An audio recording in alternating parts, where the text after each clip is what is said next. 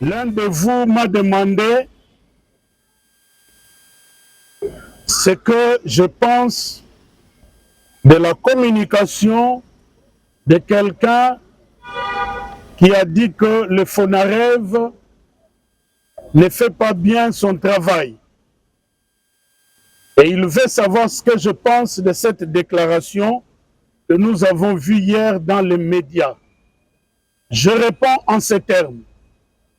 J'ai la particularité d'avoir géré pendant un temps comme vice-ministre de la Justice et contentieux international, puis ministre intérimaire de la Justice, garde des Sceaux, le FRIVAO.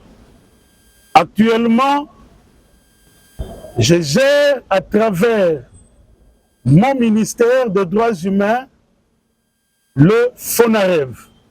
Ce sont là les deux institutions ou établissements publics consacrés à la gestion des dossiers de victimes en République démocratique du Congo. Donc, je puis, plus que quiconque, donner le témoignage suivant. Le FONAREV fait bien son travail. Je ne le dis pas pour la première fois, je l'avais dit quand j'étais encore ministre ad interim de la Justice. Parce que pour indemniser les victimes, il faut les identifier formellement.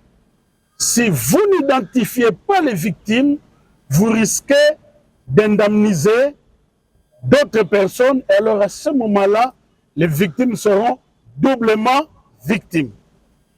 Et donc, j'ai vu à mon arrivée que le FONAREV, au-delà des textes législatifs qui sont préparés, que je vais devoir présenter au Parlement à la rentrée qui a eu lieu, le FONAREV travaille aussi à l'établissement de ce qu'on appelle LUC. La LUC, c'est la liste unique d'identification des victimes. C'est lorsque cette liste sera contrôlée, confirmée, que la phase d'indemnisation des victimes va commencer.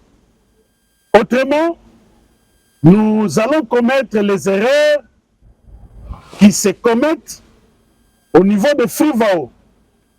Parce que dans FRIVAO, à un moment donné, on s'est demandé qui est victime, qui ne l'est pas. Donc, tant dans FRIVAO que dans FONAREV, il faut identifier formellement les victimes et après, nous allons entamer la phase d'indemnisation.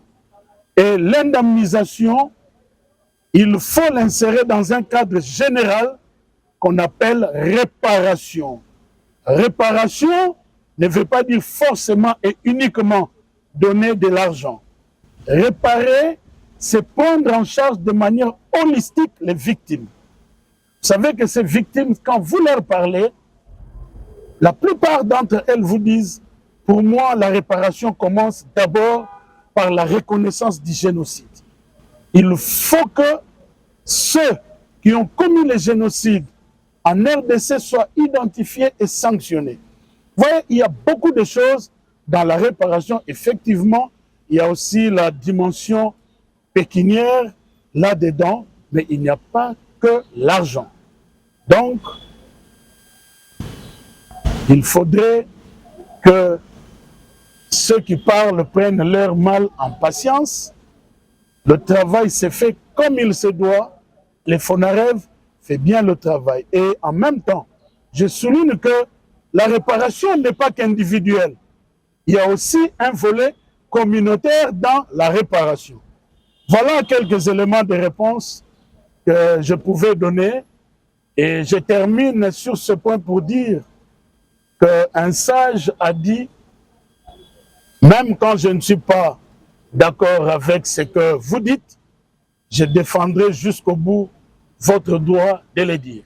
Aujourd'hui, en tant que ministre des Droits humains, je mets cette déclaration que nous avons vue hier dans les réseaux sociaux, dans la rubrique de la liberté d'expression, mais le fondement n'y est pas.